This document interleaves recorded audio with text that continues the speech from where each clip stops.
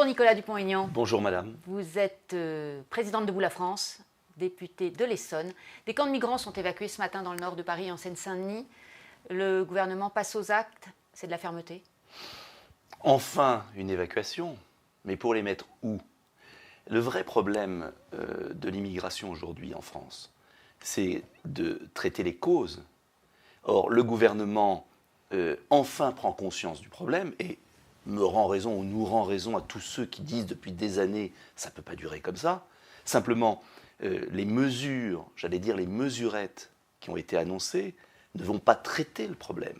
Et je prends l'exemple des camps de migrants qui vont être évacués, je m'en félicite. Cela fait des années que je passe Porte de la Chapelle et que je dis il faut faire quelque chose. Simplement, si on ne tarit pas le flux, ils se reformeront ailleurs. Et donc, ce que je demande et ce qu'il n'y a pas dans le plan, c'est le contrôle des frontières, c'est la suppression du regroupement familial, c'est la réforme du droit du sol, c'est de vrais délais de carence sur les prestations sociales. Mais à défaut de résoudre toute la question de l'immigration, le projet du gouvernement, vous le dites, va dans le bon sens. Non, le projet du gouvernement est un projet de communication politique. C'est-à-dire que le gouvernement réalise que les Français n'en peuvent plus. Et le gouvernement se dit, il faut faire quelque chose. Simplement, il n'a pas compris l'ampleur du problème. Je dirais que c'est trop peu, trop tard. Alors bien sûr qu'il y a des mesures intéressantes. Lesquelles? Très intéressant, la mesure sur les 3 mois de délai de carence. Et pourquoi moi je propose 5 ans? Parce que Mme Buzyn nous explique, on va faire 3 mois de délai de carence pour les prestations sociales pour les réfugiés.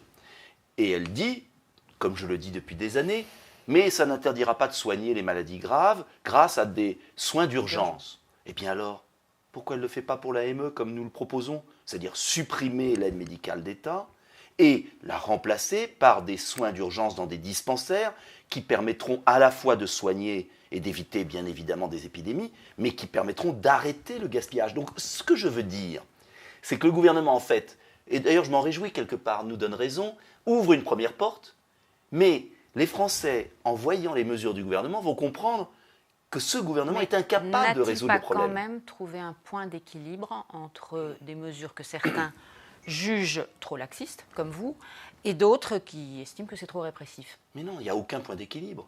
Rien sur le regroupement familial, rien sur le contrôle des frontières, rien sur l'examen des demandes d'asile aux frontières, comme je le propose, dans des centres de rétention, c'est-à-dire qu'on serait sûr que les 70% qui sont déboutés ne restent pas sur le territoire. Et puis, il y a pire, il va augmenter l'immigration de travail par le système des quotas. Alors qu'il y a 5 millions... Il faut donc tout arrêter, fermer les frontières, tout supprimer, tout verrouiller. Mais il faut d'urgence, fermer les frontières. Il ne s'agit pas d'immigration zéro. Reprenons les chiffres précis, parce que c'est une affaire grave. 260 000 légaux par an, c'est considérable. 120 000 demandes d'asile. 0,4% de la population. Mais non, mais ça c'est du grand pipeau. Ça c'est le grand chiffre pour endormir les Français. Mais les Français voient bien dans le métro, à l'hôpital, que ça ne veut rien dire, puisqu'il y a des naturalisations, il y a 100 000 naturalisations par an. Le chiffre des entrées régulières en France, c'est 0,4% de la population. 250 000, reprenons, 250 000 par an, madame. C'est une ville considérable. En 10 ans, ça fait 2 500 000. C'est considérable. Ce sont des gens qui ne vivent pas sur la réalité. Aller dans les hôpitaux, aller dans le métro, aller dans le RER, c'est une submersion migratoire. Donc on ne peut pas continuer comme ça. Et ce que je veux dire, c'est que c'est surréaliste d'entendre le gouvernement nous dire qu'il va recruter des couvreurs, qu'il va recruter des... Alors qu'il y a 5 700 000 chômeurs. Vous dites qu'il faut former des jeunes plutôt que d'aller les chercher à l'étranger. D'ailleurs, je remarque que la Fédération du bâtiment le dit. Les entreprises, dans leur ensemble, saluent plutôt ce les entreprises, projet. Avoir des esclaves, oui. Qu'est-ce que vous appelez des esclaves? Au lieu de payer les gens, et de mieux payer les gens, pour qu'ils occupent des emplois, au lieu de supprimer l'assistanat et récompenser le mérite dans notre pays, on fait venir de la main-d'œuvre malléable. Ça, c'est une vraie stratégie qui a tué la France depuis 30 ans. Mais est-ce que ce n'est pas la loi, effectivement, de la modernité, de faire qu'il y ait des gens qui rentrent, qui ressortent? Oui, des esclaves, la loi de la modernité. Est-ce qu'on n'est pas quand même dans un principe que le monde est ouvert et qu'il y a des arrivées des départs? Venez dans les villes de banlieue, le monde est ouvert, les gens crèvent, on réduit les pensions des retraités. Ah oui, le gouvernement a baissé un impôt.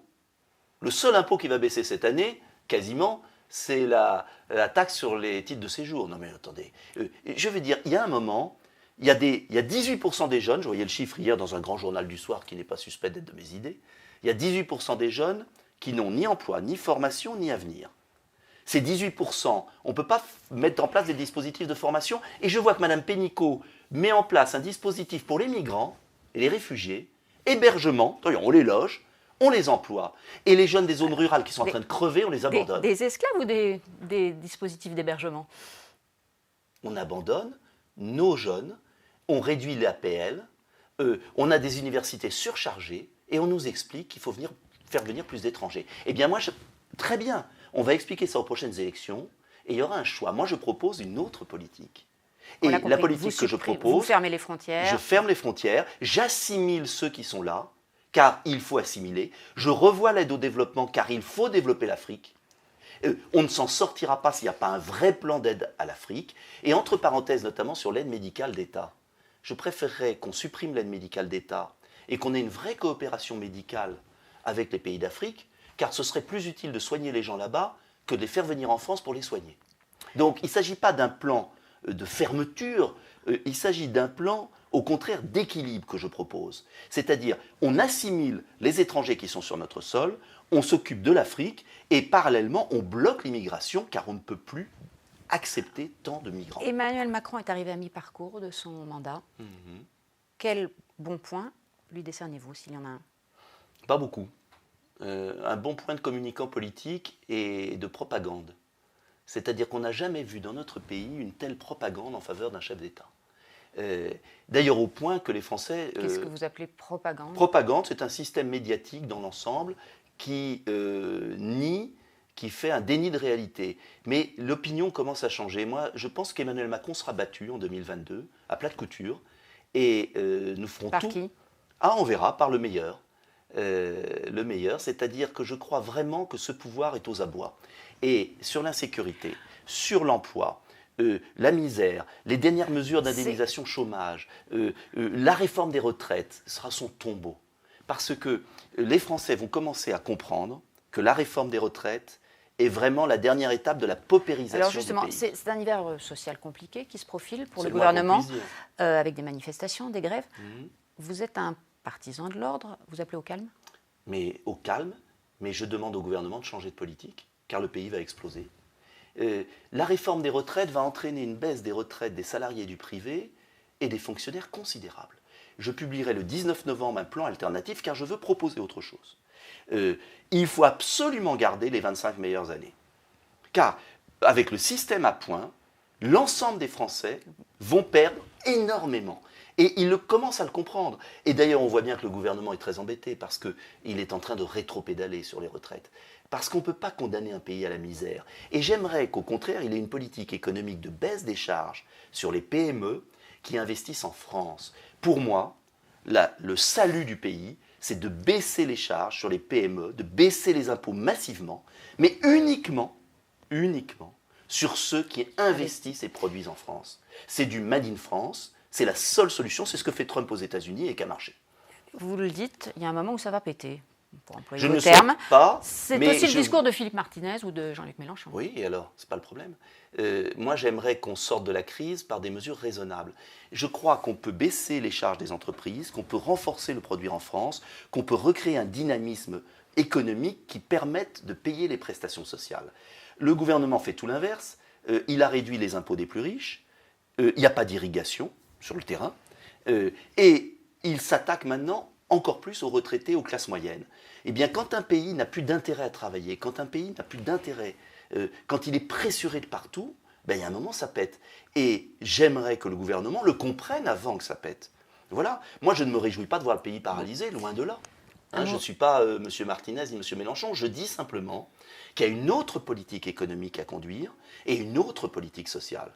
Et que ça va avec la politique migratoire, car on peut faire à peu près 20 milliards d'économies sur la politique migratoire et les redistribuer en pouvoir d'achat. Un mot des municipales qui se profilent également.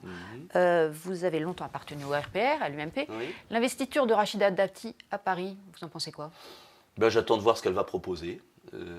J'en pense rien pour l'instant, j'attends de voir ce qu'elle va proposer. Vous savez, je me méfie beaucoup des effets d'annonce et je crois que dans la vie politique, les gens ont besoin de sérieux. Donc je verrai le programme et nous verrons le programme. Vous qu'elle va jugerez sur proposer. pièce. Oui, bien évidemment, parce que je ne crois pas que les municipales soient un scrutin national, contrairement à ce qu'on dit.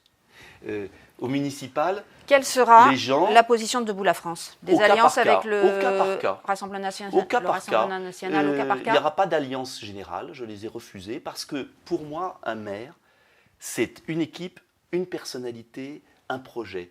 Et au niveau local, même moi dans ma ville où j'étais réélu à 80%, je ne me présentais pas en Debout la France. J'étais le maire de hier. Je veux dire par des là, alliances arrêtons de politiser. possibles, Des selon alliances au cas par selon cas. les villes. Au cas par cas. Merci Nicolas Merci. Dupont-Aignan.